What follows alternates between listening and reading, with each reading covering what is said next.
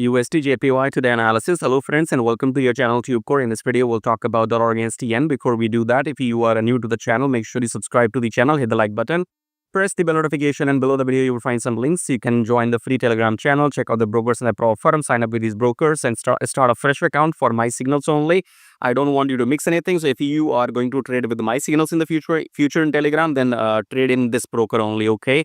Subscribe, like, do all of that. Let's come back to the chart here, starting with the top down approach with weekly time frame. In weekly, we are going down this week, as you can see. So after 3 days, after Wednesday, it's mostly confirmed how the week will end. So yeah, I'm assuming that this week will go down and maybe break the low, or time will tell. But so far we are down in weekly. Coming back to daily, again we are going down. So you just have to keep an eye. If this blue candle is eaten by the red candle, then we'll continue going down. What shall be your entry low for shorts in USDJPY? Coming back to 4 hour, what do we have in 4 hour? In 4 hour, we have created a new low. So this candle has created the new low, which means we are going down after the pullback. Pullback will happen until EMA or maybe before that. So wait for the pullback. Or if you want to trade counter clockwise, whatever, okay, if you want to trade opposite direction, then you can take a trade and maybe check your take profit somewhere near the EMA.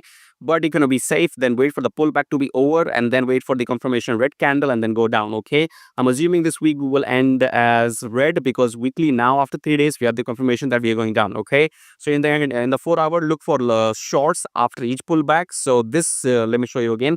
This candle has made a new low. So all these previous lows are broken by this new red candle. So now what's gonna happen? It's gonna take a pullback maybe until the EMI and then red confirmation candle and then go down. Okay, that's your trade for maybe Thursday, I guess. Okay, so keep an eye and enter a short into this.